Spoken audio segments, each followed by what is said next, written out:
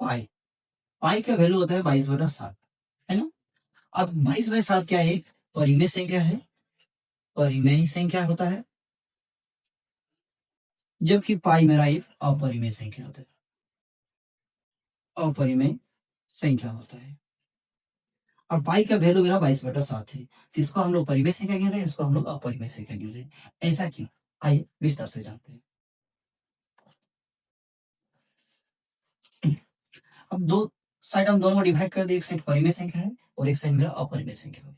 परिमेय संख्या का हम लोग डेफिनेशन क्या हम लोग जानते हैं साधारणतः कि पी बाई क्यू के, जिसमें हम लोग पी बाई क्यू के रूप में जिसको लिख सकते हैं, जहां क्या होगा, क्यू का वैल्यू जीरो नहीं होगा, ये हम लोग साधारणतः जानते हैं, है ना? तो ये मेरा परिमेय संख्या हो जाएगा। अब बोलेंगे कि पाई जो है मेरा, पाई इक्वल टू 22/7 था, ये मेरा परिमेय संख्या में आ गया, ये आ गया परिमेय संख्या में, और पाई मेरा अपरिमेय संख्या में आ गया। अब ये क्या, इसके नीचे 1 दे सकते थे, क्यू का वैल्यू मेरा 1 हो जाता था।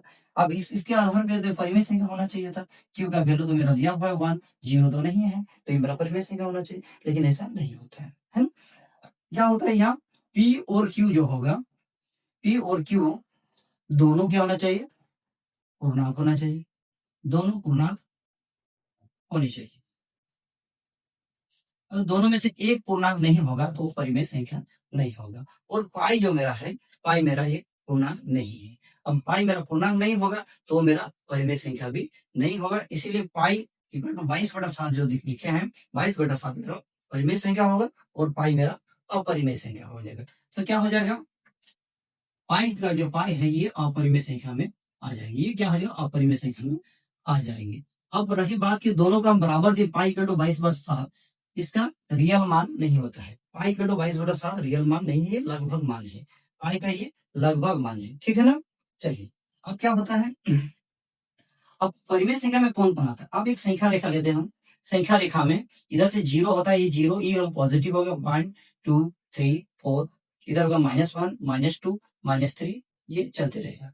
अब क्या होगा, सब के सब ये मेरा परिमेय संख्या होगा, और नेगेटिव इंटीजर और पॉजिटिव इंटीजर, मतलब नेगेटिव नंबर भी मेरा क्या होगा, परिमेय संख्या होगा, और पॉजिटिव नंबर भी मेरा परिमेय संख्या होगा। यानी कि माइनस रहेगा फिर भी मेरा परिमेय संख्या होगा, -2 -3 या कुछ भी लिखे, या प्लस में रहे 1 2 3, ये भी मेरा परिमेय संख्या होता है। अब सवाल आता है जीरो, कि जीरो जो दिया है, क्या जीरो मेरा परिमेय संख्या है? तो बोलेंगे हाँ, जीरो भी मेरा परिमेय संख्या में आता है, जीरो क्या होगा, मेरा परिमेय संख्या होता है ना? तो क्या होगा, ये जीरो जो है, जीरो भी मेरा परिमेय संख्या आता है, क्योंकि जीरो को हम लोग 0/1 के रूप में लिख सकते हैं, यानी कि ये मेरा परिमेय संख्या होगा, है ना? जीरो भी मेरा परिमेय संख्या होगा। लेकिन अब बोलेंगे इसको हम 2/0 लिख दूं, 2/0 लिख दूं, बोले नहीं, काहे कि यहाँ शर्त दिया हुआ है, क्यू का वैल्यू कभी भी जीरो नहीं होगा, इसलिए 2/0 हम लिख नहीं सकते हैं, और 2/0 लिखेंगे तो ये मेरा परिमेय संख्या में नहीं आएगा, ठीक है? अब चलते हैं। अब क्या होता है कि कोई भी अगर रूट के भीतर में रहे तो क्या हो जाएगा, वो अपरिमेय संख्या हो जाएगा। कोई भी रूट के भीतर में रहे तो वो क्या हो जाएगा, अपरिमेय संख्या हो जाता है ना? अब रही सवाल कि हम अभी अभी बोले कि रूट के भीतर में जो रहेगा वो मेरा अपरिमेय संख्या हो जाएगा, तो क्या मेरा √4 जो है या √16 का वैल्यू जो आएगा, ये क्या मेरा अपरिमेय संख्या है आएगा या परिमेय संख्या में आएगा, है ना? अब क्या होता है, जो पूर्ण वर्ग में रहता है, जो पूर्ण वर्ग में रहता है वो मेरा परिमेय संख्या होता है। पूर्ण वर्ग में जो होता है परिमेय संख्या, जैसे इसको रूट तोड़ेंगे इसका वैल्यू आ जाएगा 2, इसको आ जाएगा 4।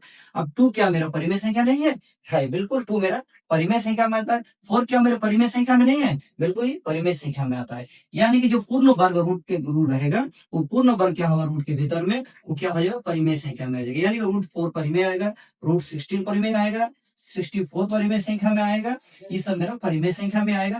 और जो क्या रूट के भीतर में जो पूर्ण वर्ग में नहीं रहेगा वो मेरा अपरिमेय संख्या में आएगा। आशा करता हूँ आप लोगों को समझ में आ गया है, और क्लास अच्छा लगे तो शेयर जरूर कर दीजिएगा और प्यारा सा कमेंट कीजिएगा। थैंक यू, मिलते हैं नेक्स्ट क्लास में।